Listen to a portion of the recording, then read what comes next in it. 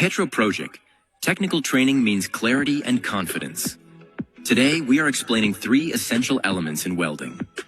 The Welding Procedure Specification, or WPS, the Procedure Qualification Record, or PQR, and the Welder Qualification Test, known as WQT or WPQ.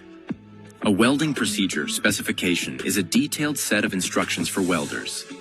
It covers all essential welding variables, including process, base metals, filler materials, and positions. Think of it as the workshop guide welders follow to ensure every weld meets quality standards. The Procedure Qualification Record comes first.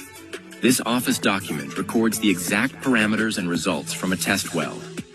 The PQR proves that the procedure can produce an acceptable weld, forming the technical foundation for the WPS.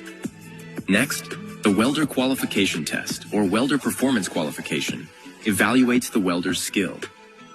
By following a WPS, welders perform test welds to demonstrate they can deliver consistent sound results within the required ranges. At Petro Projik, our advanced training covers these documents and their connections in depth.